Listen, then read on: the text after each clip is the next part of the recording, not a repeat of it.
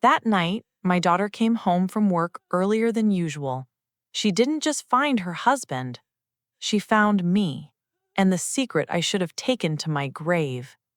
My name is Maya Collins, and I'm 49 years old. I've been a widow for 5 years. For 5 years, this house has felt like a golden prison. I live in an upscale neighborhood on the outskirts of Seattle, Washington. A two-story house with a big yard, huge glass windows, a modern kitchen, and a garage full of expensive cars. Everything looks perfect from the outside.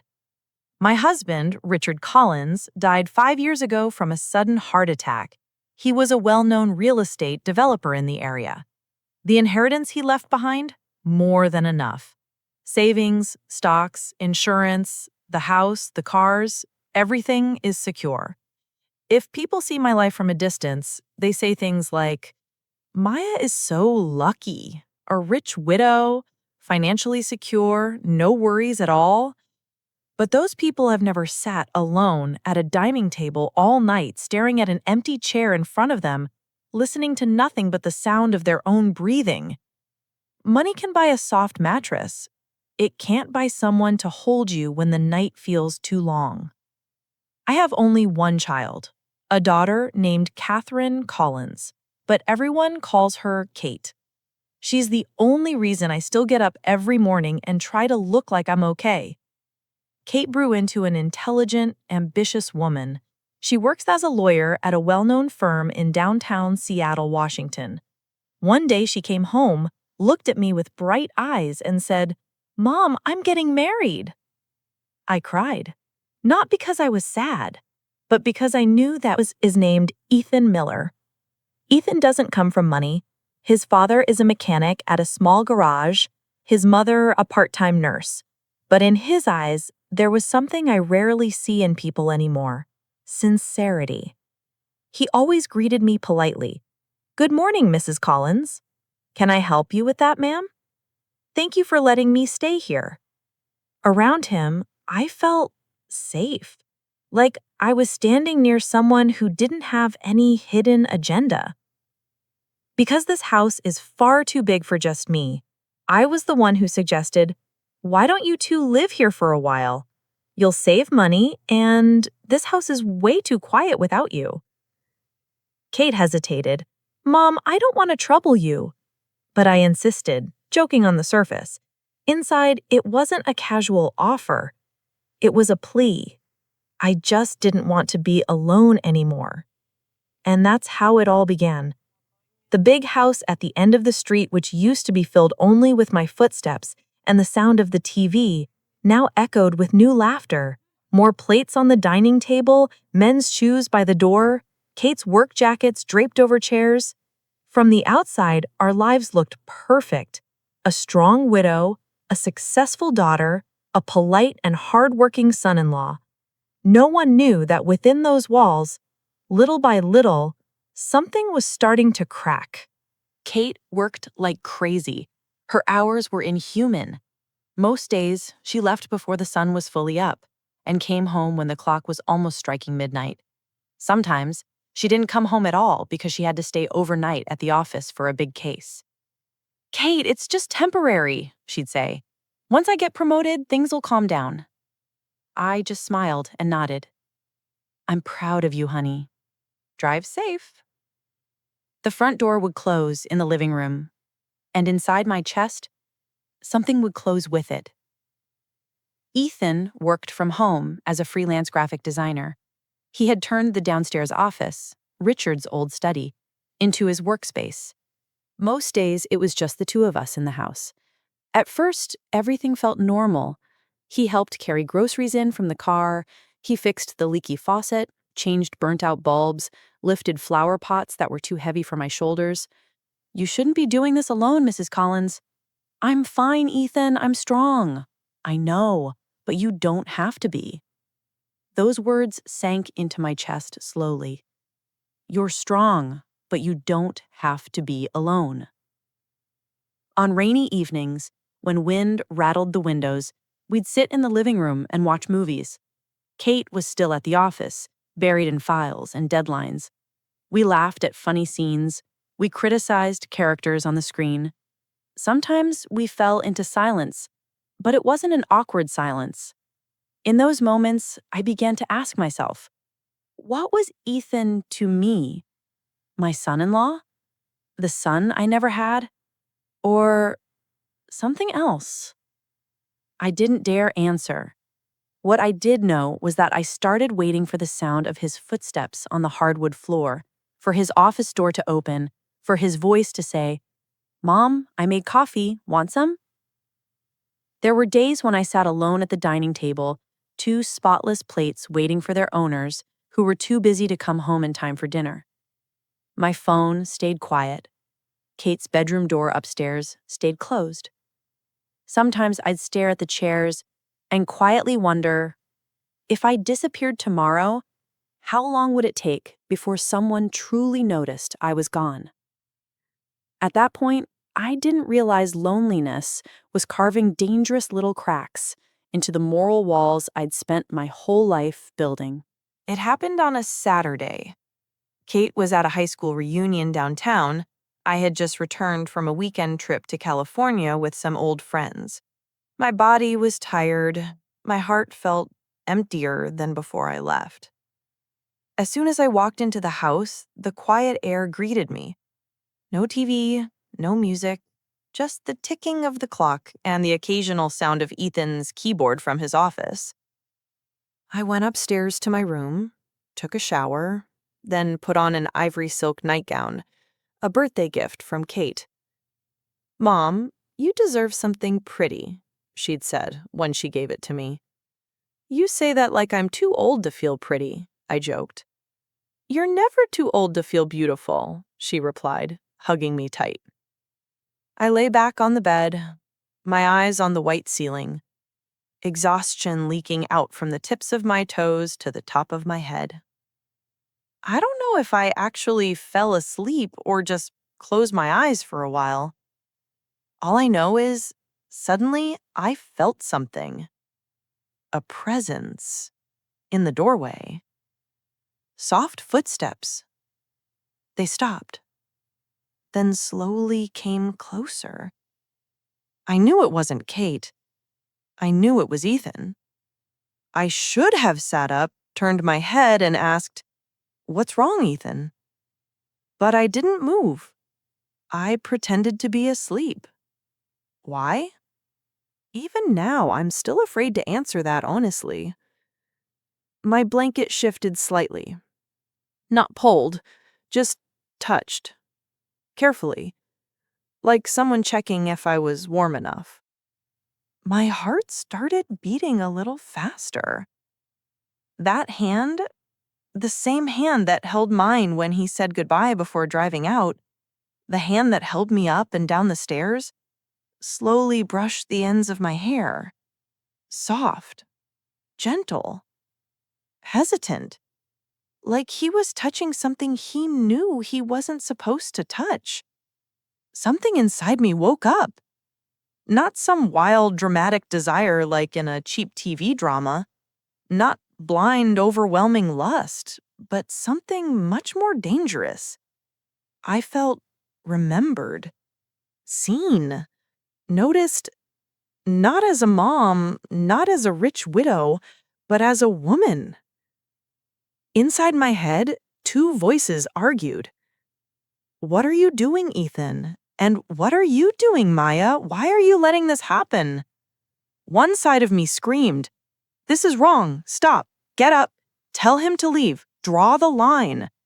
The other side, the one that had sat at that dining table alone for 5 years, whispered, "Just for a moment. Just feel alive again, even if you know you shouldn't." I opened my eyes. Too late.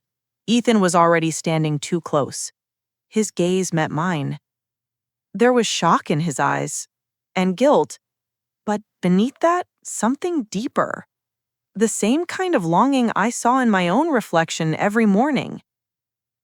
"Ethan," I whispered.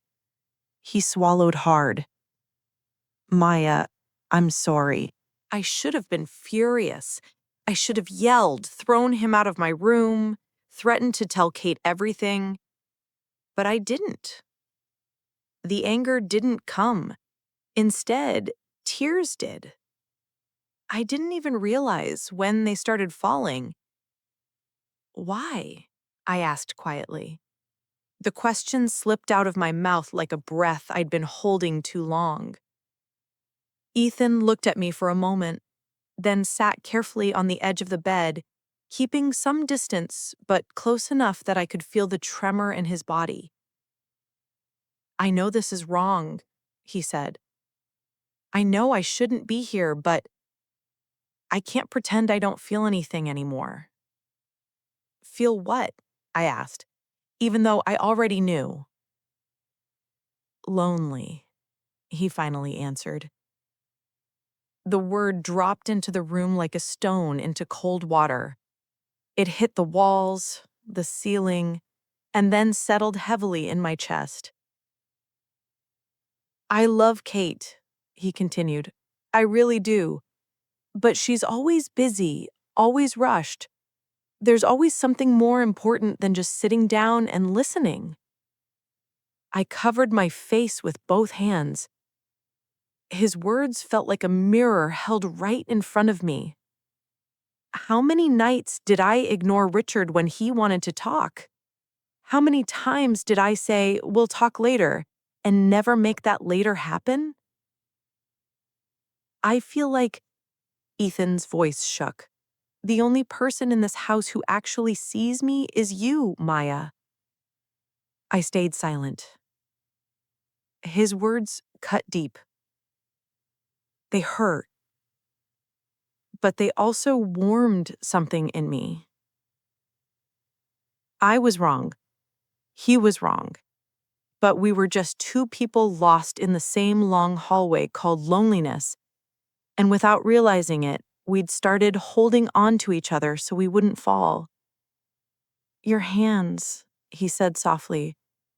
When we're in the kitchen, in the garden, the way you listen without judging, all of that, it makes me feel like I'm home. I shook my head. Ethan, I'm your mother-in-law. I'm supposed to be the one protecting your marriage, not the crack running right through the middle of it. The sentence didn't finish on my lips, but it did in my mind. He reached out and gently touched my cheek with his fingertips. The touch was soft, not the touch of a son-in-law toward his wife's mother, more like a man touching a woman he liked, needed. Whatever it was, it had one clear name: wrong. But I didn't push his hand away. My chest ached. His words echoed in my head. I'm lonely, Maya. So am I. So am I. That day, we didn't cross any explicit physical lines. Nothing went that far. What happened was something far more dangerous. We held each other and cried. His tears soaked my shoulder, mine soaked his shirt. And in that embrace, something in me that had been dead for a long time came back to life. Not as a mom, not as a rich widow, but as a woman who could still be wanted, sought after, chosen. A rebirth I had no right to celebrate. From that first embrace, a secret was born.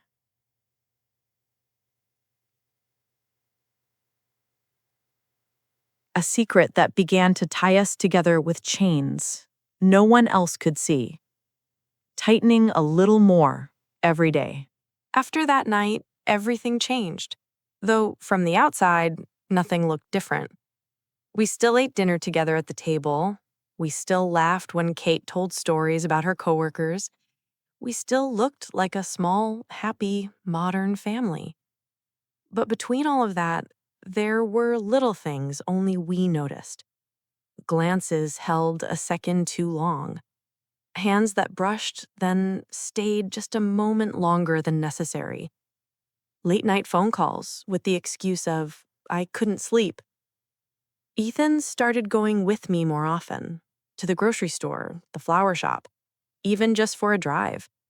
He stood in the kitchen telling me about his clients while I chopped onions.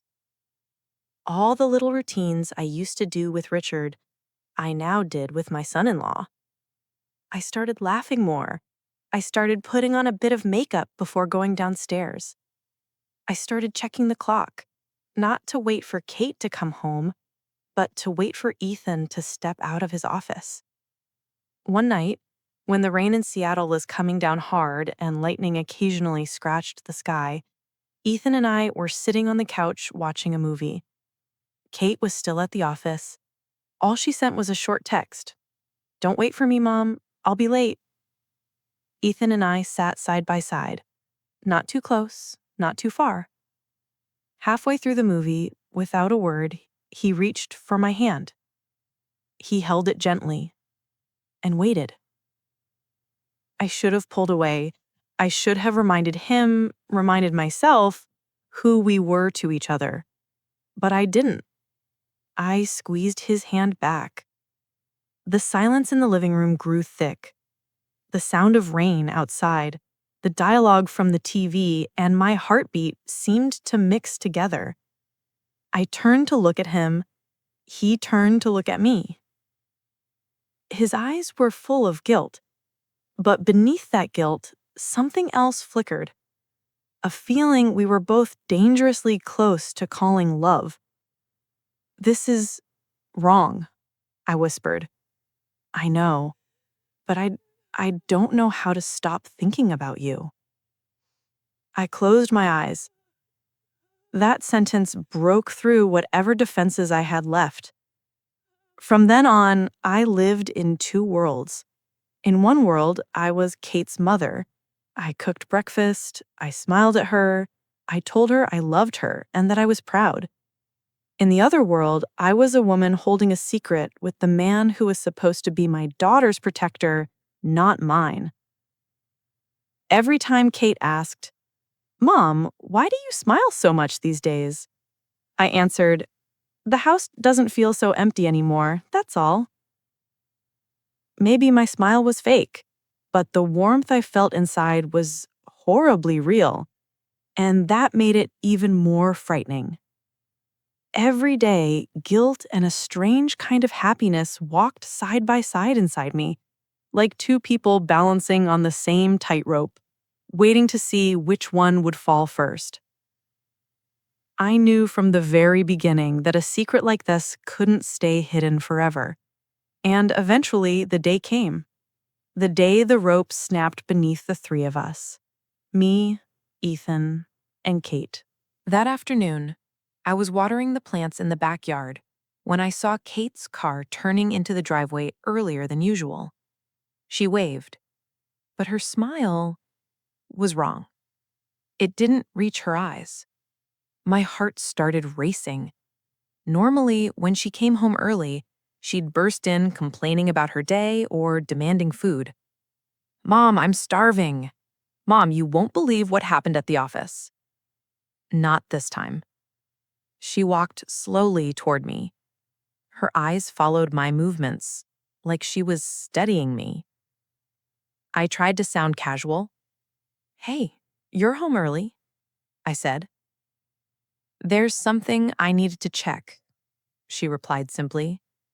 Her voice had a cold edge. After all these years as her mother, I knew she was holding something back. We went inside.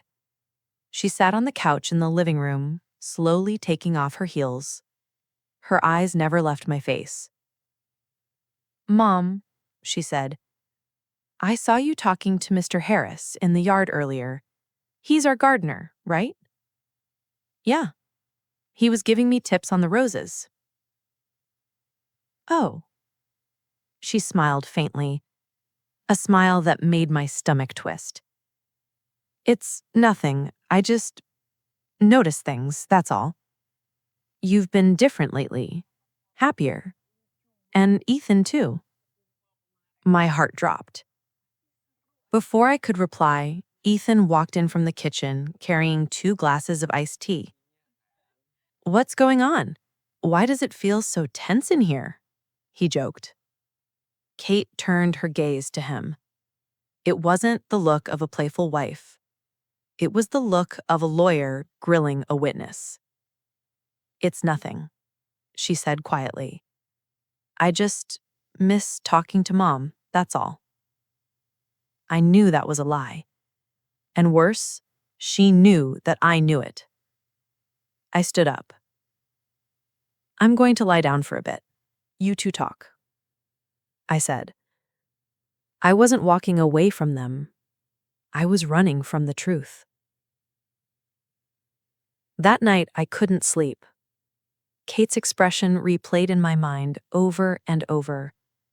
The look of someone who had been suspicious for a while and was finally ready to stop pretending.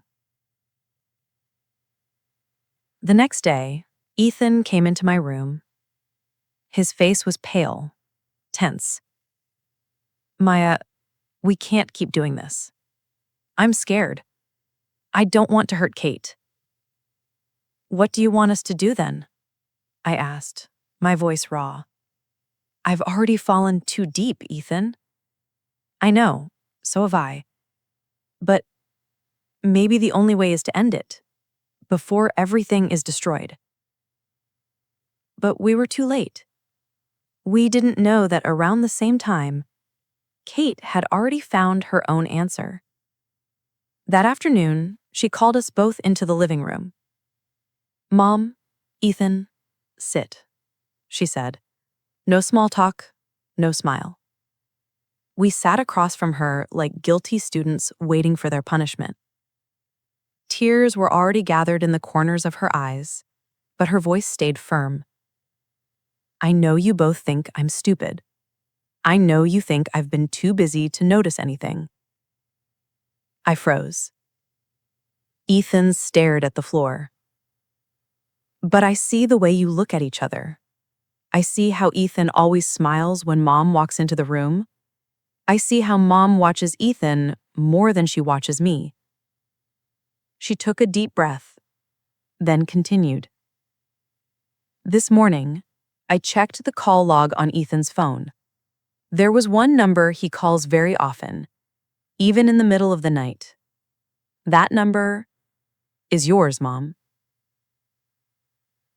The world stopped spinning. I covered my mouth with my hand. Ethan's grip tightened on his knees. Answer me honestly. Her voice shook. Do you two have some kind of special relationship behind my back? Her tears fell.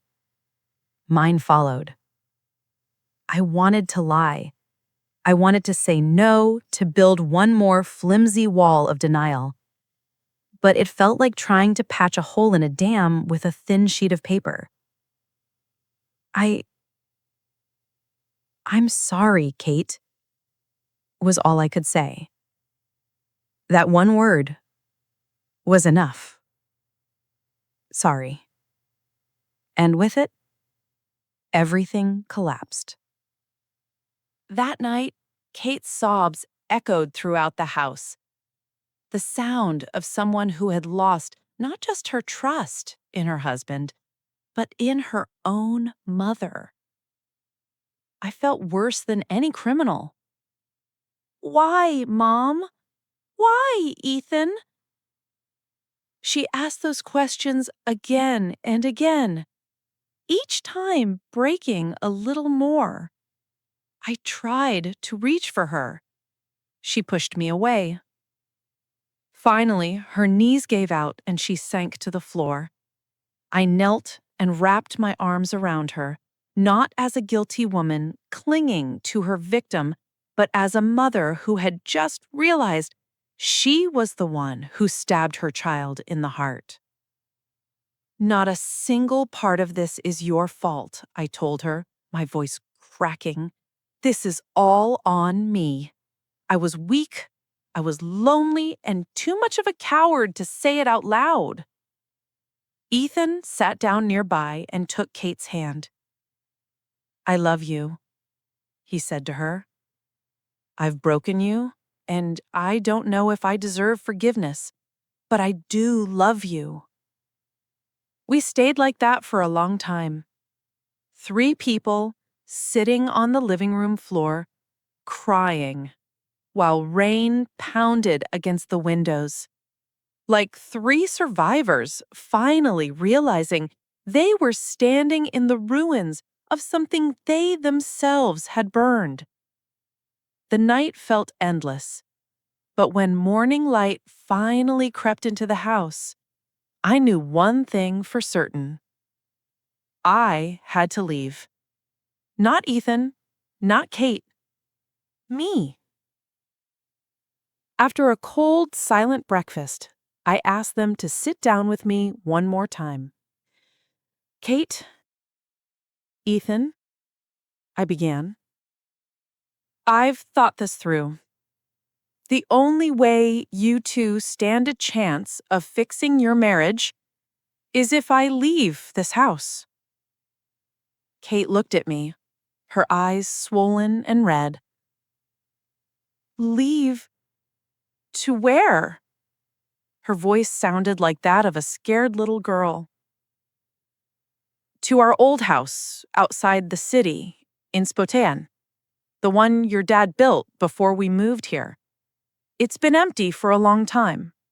I think it's time I go back there." Ethan shook his head quickly. "No, I'm the one who should go. This is my fault. I should be the one to move out. Stop." I cut him off. "There's no point arguing over who's more guilty. We both know what we did. What matters now is this. You're Kate's husband. She needs you. You still have a chance to build something together.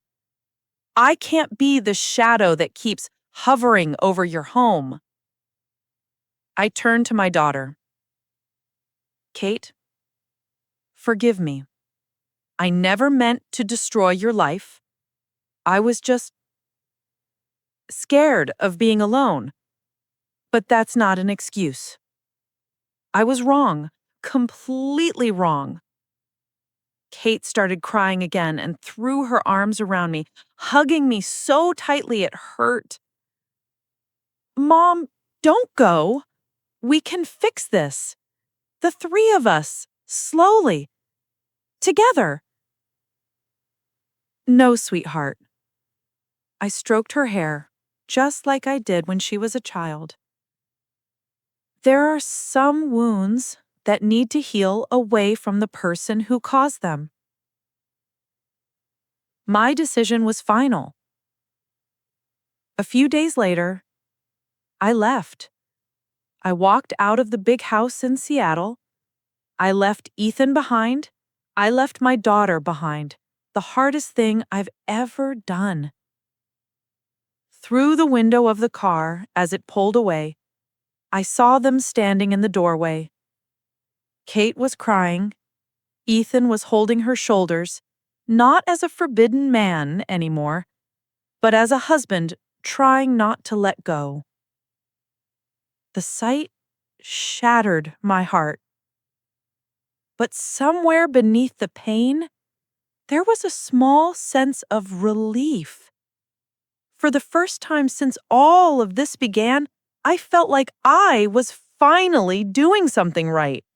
Years passed.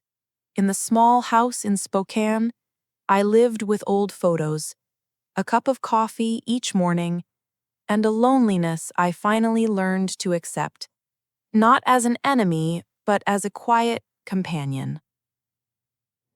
The loneliness was still there, but it had changed shape. It wasn't a gaping hole craving to be filled at any cost.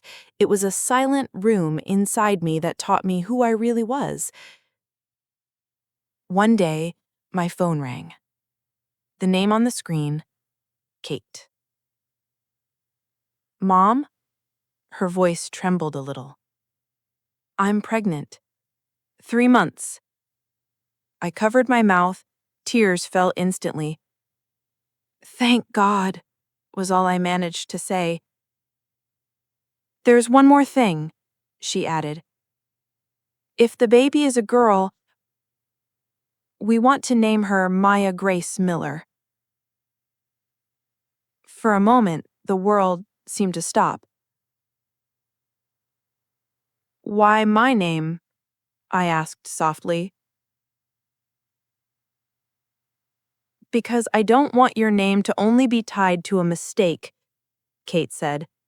"I want my daughter to grow up knowing that people can make terrible choices, but they can also learn, change, atone, and be forgiven." I started crying silently.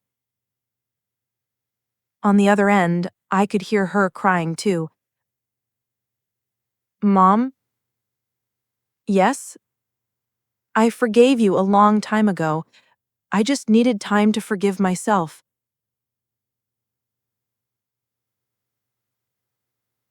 So, to anyone watching this video or listening to my story, don't do what I did. Loneliness is not an excuse for betrayal. Tears are not a justification for hurting the ones who love you. If you feel empty, talk. Be honest. Ask for a hug, not a secret. Because the wounds caused by lies and forbidden love are so much harder to heal than the wounds of simple loneliness. Sometimes, the most loving thing you can do for someone is to step out of their life before your presence burns everything to the ground.